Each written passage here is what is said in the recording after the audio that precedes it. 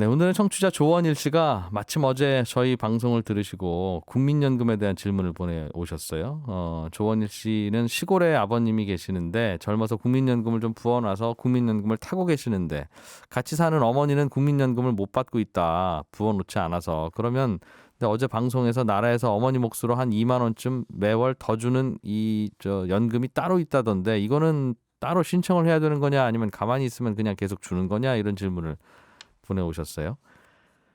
예, 부양가족연금이라고 해서 국민연금을 받는 노인이 다 이제 노인 돼야 국민연금을 받으니까요. 노인이 배우자를 부양하고 있거나 아니면 더 나이 많은 부모님을 부양하고 있거나 아니면 자식들이 여전히 미성년자인 경우가 있거나 하면 나라에서 국민연금을 약속보다 조금 더 줍니다.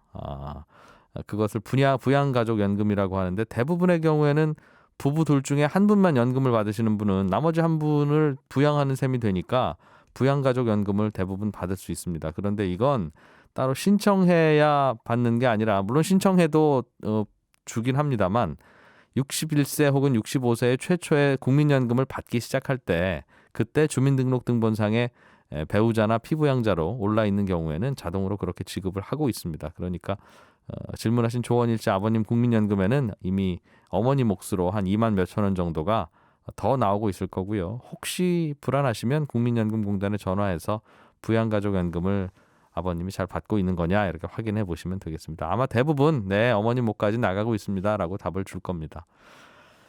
오늘은 국민연금에 대해서 질문 하나가 더 들어온 게 있어서요. 하나 더 받아보죠.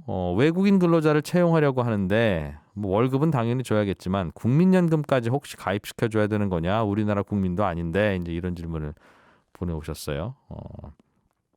국민연금은 사실은 10년 이상 부어야 노후에 연금으로 받을 수 있는데 외국인 근로자는 우리나라에서 10년 넘게 근무할 가능성은 높지 않고 노후에 우리나라에서 살 가능성도 많지는 않잖아요. 그런데도 굳이 국민연금을 부어야 되느냐?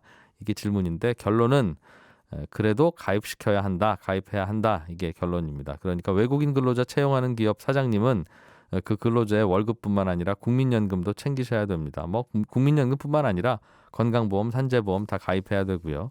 다만 고용보험은 가입해도 되고 안 해도 되고 그렇게 선택으로 남겨놓고 있습니다.